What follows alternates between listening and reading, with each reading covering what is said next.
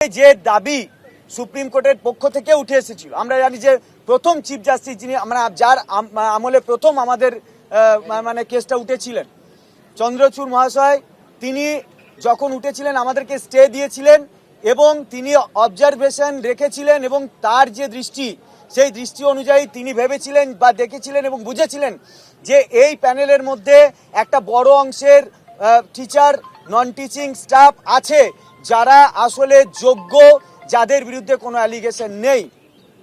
আর একটা শ্রেণী আছে যারা আসলে অবৈধভাবে নিযুক্ত হয়েছে। এই দুটোর ভেদভাব দুটোর যে পার্থক্য আছে সেই দৃষ্টিভঙ্গিটা বিচারকের থাকা উচিত ছিল এবং তিনি আমাদেরকে স্টে দিয়েছিলেন। এবং লাস্ট যে জাজমেন্ট তিনি পাস করেছিলেন সেখানে তিনি বলেছিলেন যে এই যে সেগ্রিগেশন বাছাই, এই বাছাইয়ের ক্ষেত্রে একটা মডারেটিস যেটা সুপ্রিম কোর্ট তৈরি করে দেবে। কেন বলেছিলেন? কারণ বিগত দিনের কয়েকটা জাজমেন্ট আছে, আইন আছে, সেই আইন অনুযায়ী বলেছিলেন। কিন্তু আমরা 3 তারিখের যে শেষতম জাজমেন্ট সেখানে দেখলাম বিগত দিনের সমস্ত অবজারভেশন, সুপ্রিম কোর্টের সমস্ত যে এতদিনকার গবেষণা, সমস্ত আইন সব কিছুকে পদদলিত করে একটা জাজমেন্ট এলো এবং সেই জাজমেন্টটা